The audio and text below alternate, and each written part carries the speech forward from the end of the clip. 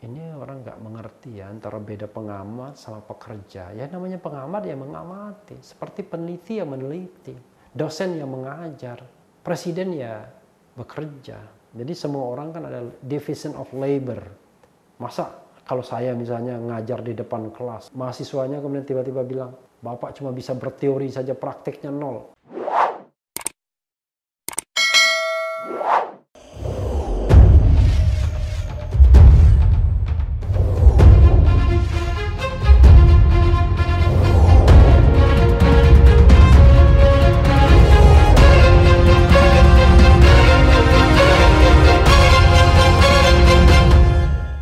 Assalamualaikum warahmatullahi wabarakatuh.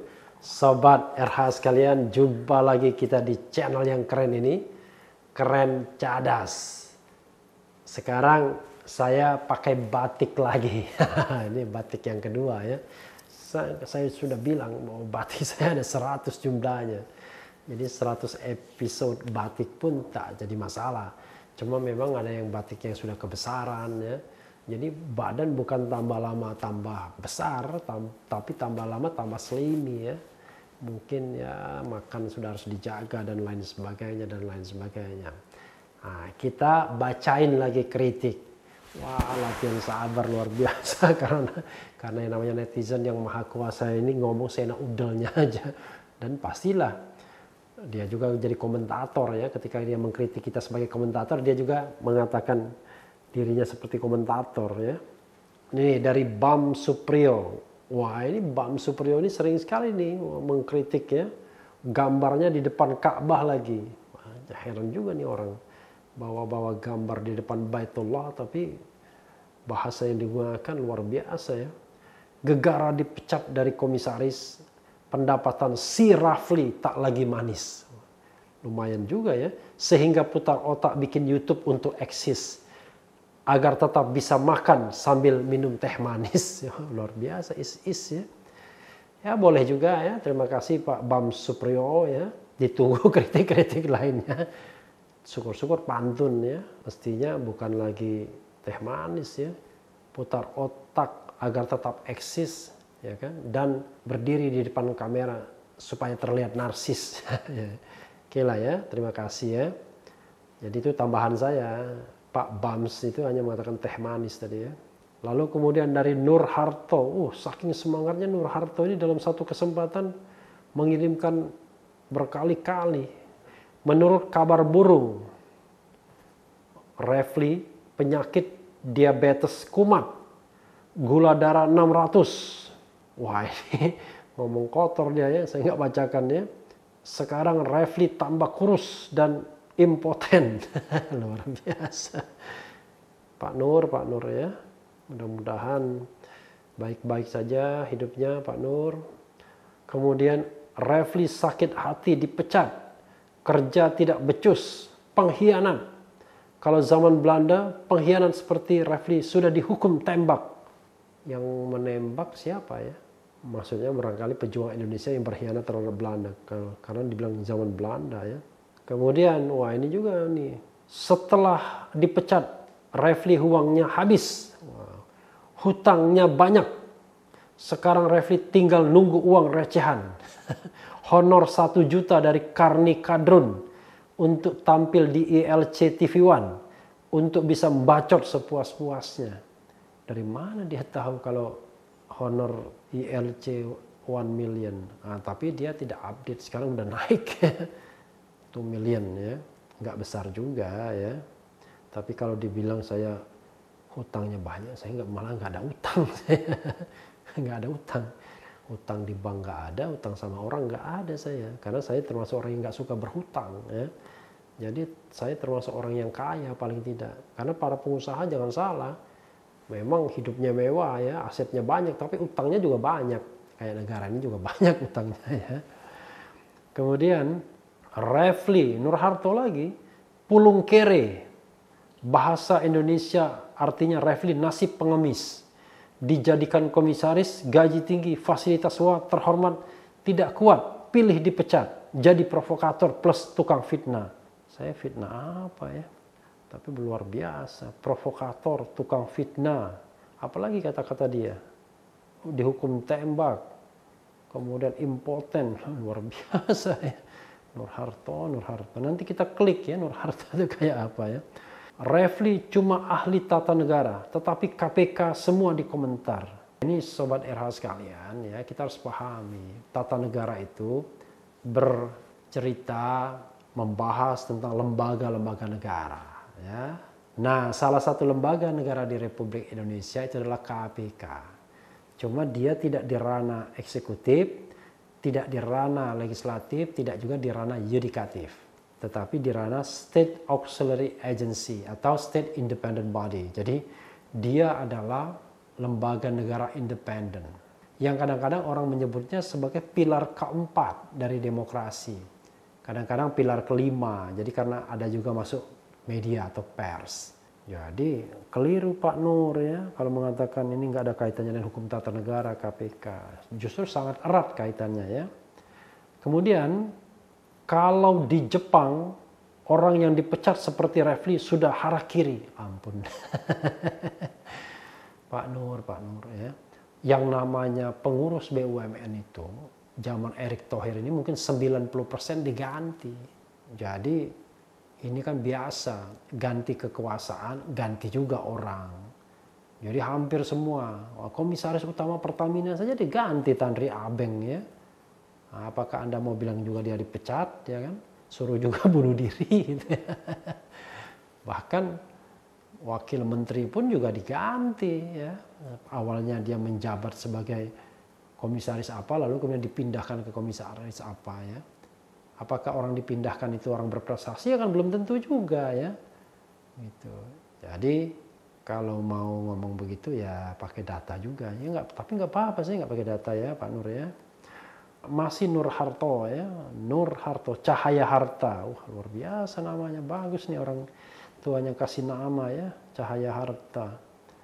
Refli otaknya koplak, larangan mudik kok melanggar HAM. Sebab larangan itu untuk mencegah penularan COVID-19. Nah ini Pak Nur Harto ini ciri orang yang tidak pernah membaca sampai tuntas. Yang dibaca cuma judulnya saja, Refli, larangan mudik melanggar HAM. Kan saya katakan, dalam kondisi normal dia melarang HAM karena melarang pergerakan dari satu tempat ke tempat lain yang merupakan hak asasi manusia.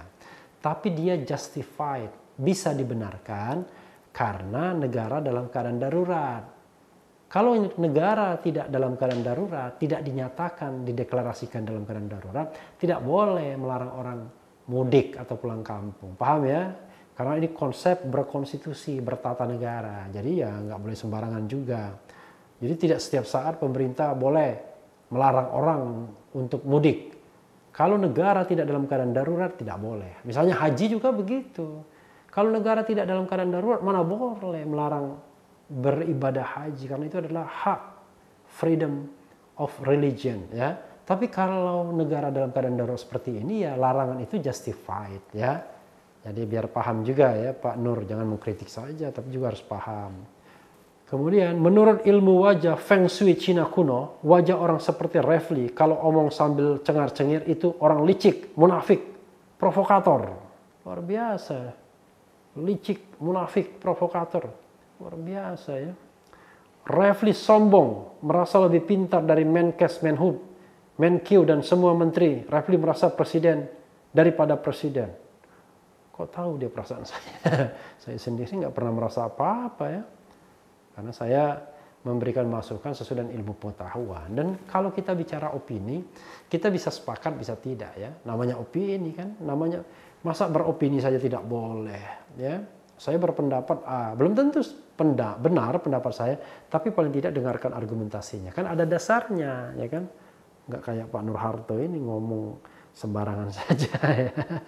Peace Pak Nur, peace. Nggak apa-apa, ngeritik lagi juga nggak apa-apa ya. Kemudian Nohan Pranowati, orang pintar banyak, tapi jangan sok pintar. Ini permasalahan seperti telur di ujung tanduk. Banyak negara maju juga kedodoran menangani permasalahan ini. Maksudnya COVID-19 ya. Bikin channel yang sejuk. Saya tidak butuh sok pinternya Anda. Wah, dari Nohan Pranowati. Ya kalau nggak butuh ya jangan nonton. Tapi nggak apa-apa sih. Anda nonton, Anda subscribe, Anda komentar ya. Ya, lalu Anda marah-marah sendiri kan, sering begitu kan, orang ada yang subscribe untuk menjadi haters ya, untuk komentar yang enggak ya, yang membuat seseorang itu kemudian merasa diserang ya, nggak apa-apa juga, jadi it's okay ya. Kemudian dari Slamet Wolyo Widarto ya, tapi ini kok nggak ada fotonya semua ya, kalau Bams tadi ada fotonya, ini cuma simbol-simbol saja. Bang Raffi, ya namanya aja udah keliru, Bang Raffi, oke. Okay. Berwawasanlah yang lebih luas, semua ada sebab akibatnya. Jangan ambil satu paradigma saja. Indonesia tak semudah apa yang Anda sampaikan. Waduh, sayangnya saya screenshot ini, staff saya yang men-screenshot nggak ngerti dalam konsep apa itu ya. Waduh, mudah-mudahan saya nanti bisa belajar dari Pak Slamet Wolyo Widarto ini beberapa paradigma ya. Ini orang sok pandai, tetapi gua blok.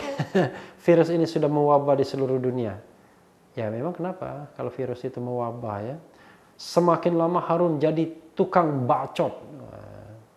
Tukang bacot. Ya memang kalau kita bahasa Indonesia itu ya, ada apa ya, kita bisa membedakan antara berkata dan bacot.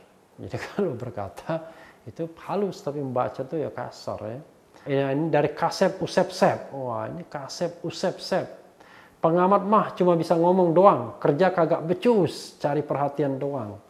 Ini orang nggak mengerti ya antara beda pengamat sama pekerja. Ya namanya pengamat ya mengamati, seperti peneliti yang meneliti, dosen yang mengajar, presiden ya bekerja. Jadi semua orang kan ada division of labor. Masa kalau saya misalnya ngajar di depan kelas, mahasiswanya kemudian tiba-tiba bilang, Bapak cuma bisa berteori saja, prakteknya nol. Lah, kita belajar dulu yang benar. Kalau soal praktek kan soal lapangan ya. Oke, Kasep. Holong si hotang. Kalau hanya bicara si gampang. Tapi yang dibutuhkan saat ini perbuatan, menolong sesama. Ya, kita kan 24 jam itu mengerjakan banyak hal. Ya, menolong sesama juga dilakukan. Ngapain kita ngomong-ngomong sama Pak Holong ya, kita bantu-bantu APD dan lain sebagainya kan nggak perlu bilang-bilang sama Pak Holong ya. Gitu. Tetapi kan sehari-hari kita bekerja, mengajar, seminar dan lain sebagainya. Alwan Fauzan, selalu nyinyir ente. Ya nggak apa-apalah, udah biasa ya dengarnya nyinyir. Saya katakan nyinyir itu adalah ngomong hal-hal yang nggak substantif. Kalau substantif masa dibilang nyinyir. Cerdas bicara, wah ini mudah-mudahan cerdas bener nih. Barisan sakit hati, bacot tanpa solusi.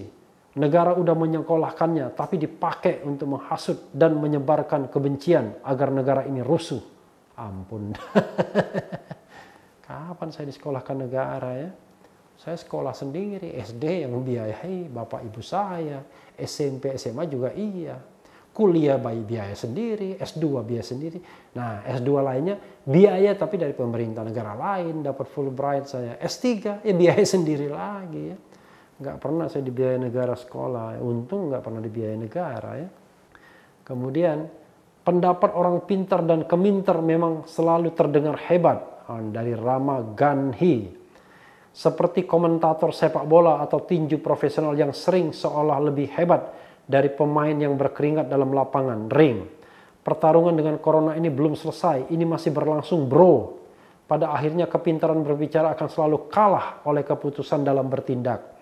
Meski pada awalnya ketulisan itu selalu dinilai bodoh oleh para pemabuk kepintaran. Catat itu. Apa masalahnya orang ini ya? Ramah ganti, marah-marah sendiri ya. Kita tidak ada rivalitas ya, masing-masing ada division of labor. Ada yang bekerja, ada yang mengamati, ya, ada yang mengajar. Jadi ya masing-masing lah. Kalau cuman ngomel mah gampang, wah ini dibilang ngomel. Jadi kita berpendapat dibilang ngomel, nyinyir, seperti pengamat sepak bola dan lain sebagainya. Padahal orang nonton sepak bola senang juga melalui pengamatan orang. Kalau enggak, marah nanti teman saya siapa? Pengamat sepak bola, Tommy Welly. Nah, itu kan teman saya dulunya. Ya kan? Jadi nggak boleh dong ada pengamat. Wah, Anda jangan mengamati sok pengamat, masih pinteran pemain Jerman. Ya pasti saja, enggak ada. Seluruh tim sepak bola Indonesia saja melawan tim Jerman ya kalah, ya kan? Masa berarti seluruh rakyat Indonesia nggak boleh mengamati Piala Dunia? Kan nggak bisa begitu. Kalau nggak bisa nonton kita jadinya ya. Kita kan bisa melihat, wah ini kesalahan Rooney, kesalahan apa pemain-pemain sekarang ya dalam mendribble bola, kan ilmunya kan ada. Walaupun kalau kita suruh dribble ya kita juga nggak bisa ya. Karena kan masing-masing orang punya kecerdasan masing-masing. Jose Mourinho itu bukan pemain hebat ya. Dulu pemain biasa saja dia, tapi begitu melatih bisa juara Champions, bisa juara Liga, bahkan Liga besar di dunia. Liga Inggris dia juara, Liga Spanyol dia juara, karena hebat dia ya. Liga Italia dia juga juara. Jadi bukan berarti seorang pelatih atau pengamat itu harus pemain hebat. Sok pintar tapi bodoh. Analisa Anda itu salah. Wah luar biasa Harry Budi ini ya. Namanya Harry Budi, langsung main salah aja. Saya sendiri rasanya nggak pernah bilang orang salah ya kalau menganalisis ya.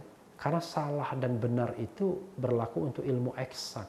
Tapi kalau ilmu sosial nggak bisa kita bilang salah dan benar. Kecuali kalau dia menyebut pasal tertentu. Kalau dalam hukum kan ada yang namanya pasal-pasal. Kalau dia ngutipnya salah kan ketahuan. Tapi kalau analisis, wah hebat sekali kalau orang bisa mengatakan salah dan benar ya. Dari B. Kartono BBG, Pak Harun, kalau teori Anda dijalankan oleh pemerintah, terus resikonya malah sebuah kehancuran, gimana jadinya? Ya gimana, ini kan semuanya hipotesis ya. Jadi kalau saya mengatakan A, pemerintah lalu melaksanakannya dan kemudian pemerintah keliru, ya kan belum tentu juga teorinya keliru, bisa saja praktiknya yang keliru ya kan. The Matfu, siapa The Matfu ini ya? Sekarang kok jadi bawel, Fli? Apa jabatan komisarisnya sudah dicabut? Ternyata kualitasnya sama dengan politisi receh. Ampun dah ya. Jadi yang namanya orang itu ya memang seenak udelnya saja. Ya, tarik nafas. Jadi membacakan hal-hal seperti ini, saya lama-lama senang juga. Kenapa? Karena mengetahui watak orang ya. Tapi sekali lagi saya katakan, belum tentu itu orang. Bisa jadi cuma mesin. Satu. Belum tentu orang yang paham. Bisa jadi orang iseng. Belum tentu orang yang niat. Bisa jadi karena disuruh. Karena itu ya sudahlah maklumi saja ya. Saya kira memang latihan menjadi manusia sabar, manusia yang berprinsip itu tidak gampang. Tapi yang paling penting adalah tetap di channel ini. Karena di channel ini Anda akan dirayu, ditipu, dibaperin, dicecar, diumbar pula di jalur khusus. Karena channel ini adalah channel yang mengancam, memeras, dan membenci. Jangan lupa subscribe, like, comment, and share. Ciao.